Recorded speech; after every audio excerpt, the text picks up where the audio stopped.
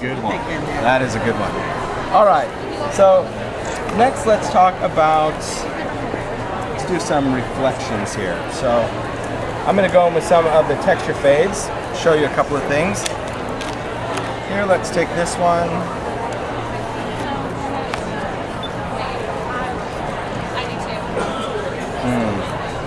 So like what color to use? We use this. What do I want to cut out? We can cut out that cabinet. I'll cut out the cabinet card because I'll just emboss part of it just so you can see. That's a pretty cool one.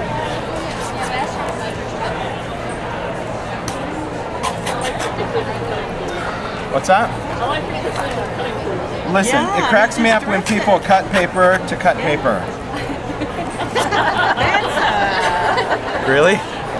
Get out my paper trimmer. I gotta cut this because I'm gonna cut this. It's like, yeah. So when you're using the movers and shapers and you're not putting in any other design, these do come with this magnetic foam, and that's just going to make it easier to get the material out of the die after you're done. So the dies come with that. Again, I'm going to put it between the two quick cutting pads, and you'll notice that I always alternate the cutting pads. I see a lot of people just using the same one, going the same direction, and when you do, they'll always get this curl or this bend. So if you get in the habit of always flipping them over, so this one has a curl like that, I'm just going to run it through this way this time. So if you keep alternating these pads, they're going to last you a lot longer than if you continue to go the same way every time.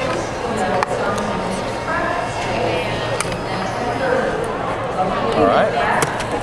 So that little piece of foam just helped take that out. Otherwise, that piece of paper would have been shoved down into the die. So there's our cabinet card. All right, next I need my platform.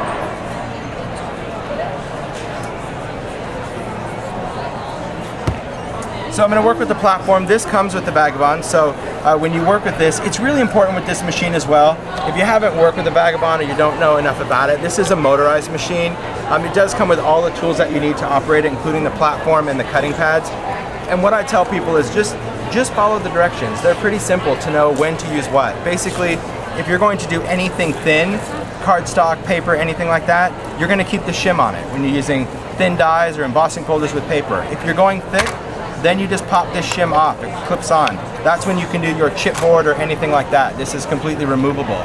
The biggest problem that people have is they're trying to use other components from their other machines with the Vagabond, because they're like, oh, I'm gonna keep my BC plates, not naming names, but I'm gonna keep that and use it. Well, guess what? Those are totally different than these pads. It's a different millimeter, it's a different thickness. So you think, oh, these look the same. It is enough to just shut down that machine, totally damage it. Same thing with like the silicone rubber pads. If you're going to do your embossing, you need to use what is designed for the machine. Because when people go, I broke my machine, I mean, we have our machines in our studio that we literally run for 8-10 hours a day and no problem, as long as you follow the same thing. So remember, if it's thick, you're going to unclip this. If it's not, you're going to put this right back on. And it's got pictures there, so even if you don't like to read. Well, I heard you guys talking over there going, oh my gosh, that's a yes. Yeah. So I'm going to clip this on. Now, we're going to go in with the texture fades. Now, let's talk real quick about these embossing folders, which are really fun. All of the texture fades, these are really designed with a nice deep etching that you can use on chipboard or grunge board or anything like that. But if you are a card maker, you'll notice that the design is quite different than regular folders. You'll notice that the back is narrower than the top. And that is because if you create a card, you actually pre-fold the card, put the card around this, so when you close it, your embossing goes right up to the edge. Whereas on most folders, you have this gap between the fold of your card and the beginning of your design. So that's what that is about. You like put it right on there. So we're just going to take our card. Now, here's a couple of other things. Let's say you're using the texture fades and you really don't want this to be super deep. Like sometimes when I work with coordinations, or sometimes if I'm working with thinner paper, I'll find that when I run this through, it tends to cut through my paper because these are so deep. Well, just take this off. Even though you leave it on for thin applications, I know that if I take off a layer, it's going to be less pressure, right? So that makes it pretty easy. Also, sometimes if I'm still working on thin things, like sometimes I'll work on vellum, and even taking that out doesn't help, I'll just go ahead and throw in another piece of cardstock under the pad or cutting pad just to kind of take away some of the pressure. So here we go. We'll put this through. I don't care. Not going, sorry. Yeah, I know. So we're going to take that out. And you'll notice, again, if you've ever worked with coordinations and you've tried texture fades, normally it's cracked at this point, but just by taking this off made all the difference in the world. Right? That Sure. thin? Wow. Isn't that ridiculous? Yeah. That's what I'm saying. Like, that's why when you're using other cutting pads and you think, oh, it doesn't make a big difference, it makes a huge difference. So this I'm going to take, I'll go ahead and just do a little sanding. How is it that I'm so disorganized already? All right. So here, let's just go in. And I'm just going to go in and sand this.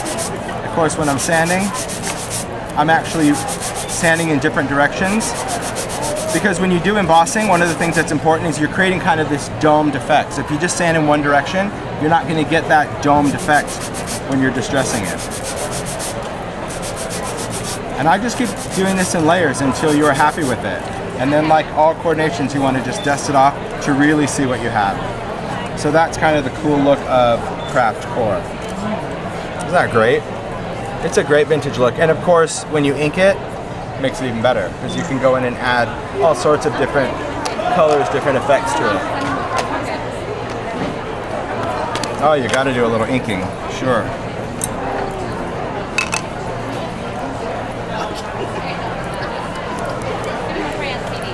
So here's the thing about the Kraft-Core, because it's such a great inkable surface.